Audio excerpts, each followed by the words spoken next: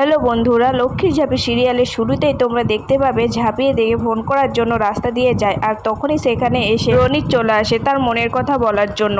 ঝাঁপিকে বলে, ঝাঁপি তোর সাথে আমার জরুরি কথা আছে। ঝাঁপি বলে, রনিতা কি কথা আছে, তাড়াতাড়ি বলো, না হলে ওইদিকে ফোন করা কাকু দোকানটি বন্ধ হয়ে যাবে। রনিত বলে যে অনেকদিন ধরে বলবো ভাবছি, কিন্তু ভালোবাসার কি কথা এত কি তাড়াতাড়ি বলা যায়? ঝাঁপি শুনে অবাক হয়, বললো মানে? রনিত বলে, দেখ তুই দীপকে ভালোবাসিস, আমি জানি দীপকে প্রপোজও করেছিস, কিন্তু দীপ তো না করে দিয়েছে, কিন্তু আমি তোকে অনেক ভালোবাসি। ঝাঁপি বলে, রনিতা তুমি এসব কি বলছো?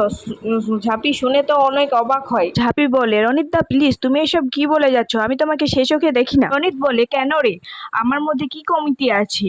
হ্যাঁ, ভাগ্যের খেলে আমি না হলে 2-3 বছর লন্ডনে যেতে পারিনি, কিন্তু তুই বিশ্বাস কর ওই 2-3 বছর আমার মাইন্ডটা ঘেটে গিয়েছিল, কিন্তু এখন আমি আবার পড়াশোনা করে ভালো চাকরি করব, ওই দ্বীপের থেকেও ভালো চাকরি করব, তোকে কথা দিচ্ছি। তখন ঝাঁপি বলে, রনিতা আমি চাকরি দিয়ে মানুষ বিচার করলে কেন, আমার মধ্যে কি কমতি আছে? তুই যখন 5 বছর আগে দীপকে প্রপোজ করেছি তখন থেকে তোকে আমি ভালোবাসি, তোকে বিয়ে করতে চাই। ঝাঁপি বলে, দেখো রনিতা এসব কথা আমাকে একদম বলতে এসো না, তোমার মায়ের সাথে তোমার পরিবারের সাথে আমাদের ভালো সম্পর্ক, প্লিজ তুমি সেই সম্পর্কটাকে নষ্ট করে দিও না। আর আজকেই লাস্ট তুমি এইসব কথাগুলো বলছো, এরপর থেকে তুমি আর এই কথাগুলো একদমই বলবে না, আর আমার চোখের সামনেও আসবে না, তাহলে কিন্তু আমি আমার মা বাবাকে বলতে বাধ্য হব। রনিত বলে, তোকে তো দীপ না করে দিয়েছে, তাহলে তোর সমস্যাটা কি? তুমি কি মনে করো রনিত দা যে দীপ আমাকে না করে দিয়েছে বলে তোমার জন্য রাস্তা ফাঁকা হয়ে গেছে? এখন তুমি আমাকে প্রপোজ করবে আর আমি তোমাকে হ্যাঁ বলে দেবো? এটা হয় না, এটা কখনো হয় না। তোমাকে কোন ভাষাতে বোঝালে তুমি বুঝবে? আমি তোমাকে সেই চোখে দেখি না, আমি তোমাকে দাদার চোখে দেখি। তারপর ঝাঁপি সেখান থেকে চলে যাওয়ার পর রনিত মনে মনে বলতে থাকে, ঝাঁপি আমি তোকেই বিয়ে করবো, সেটা যে করেই হোক না কেন।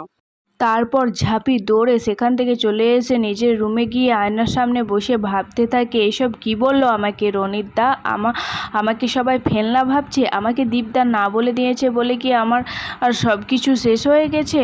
আমি কি এতই ফেলনা? না, আমি অবলা নই, আমাকে নিজের পায়ে দাঁড়াতেই হবে, আমাকে কিছু করতেই হবে, আমি অবলা নই। এসব ভাবতে ভাবতে ঝাঁপি অনেক কান্না করতে থাকে। আর অন্যদিকে দেখা যায় দীপ নেপে তার নতুন অফিস খুলেছে, সেই অফিসের লুকটা কেমন হবে সেটা দেখছে, আর অন্যদিকে তার গার্লফ্রেন্ড তার বাবার সাথে ফোনে কথা বলছে। তারপর ফোনে কথা হয়ে গেলে দীপ তার গার্লফ্রেন্ডকে মানে ইনকাকে জিজ্ঞেস করে, কি বলছিল আঙ্কেল?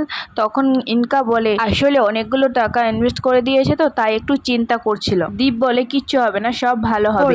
দীপ তার গার্লফ্রেন্ডকে দেখায়, দেখো অফিসের এই লুকটা ঠিক আছে তো? তখন বলে, হ্যাঁ আমার খুব পছন্দ আছে, এটা ঠিক আছে। তারপর ইনকা দীপকে বলে, অফিসের জন্য লোক আমি কলকাতা থেকে আনা করাবো, আমার বাবার অনেক চেনা পরিচিত আছে, তাদের সাথে কথা বলবো, আমার এখানে লোকজন ভালো লাগে না। তখন দীপ বলে, কি সব বলছো? তাহলে তো তোমাকে ঘর বর সবকিছুই পাল্টাতে হবে। বলে, তাই হয় নাকি? তুমি কি সেই আগের দীপ আছো নাকি? তোমার মায়ের সেই বাবান, তুমি কি সেই বাবান আর আছো নাকি?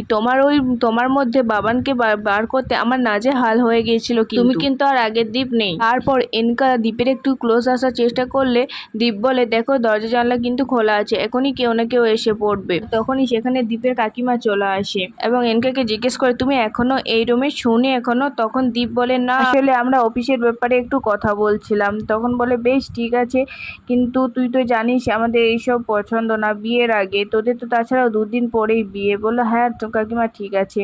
তারপর সেখান থেকে তার কাকিমা চলে যায়।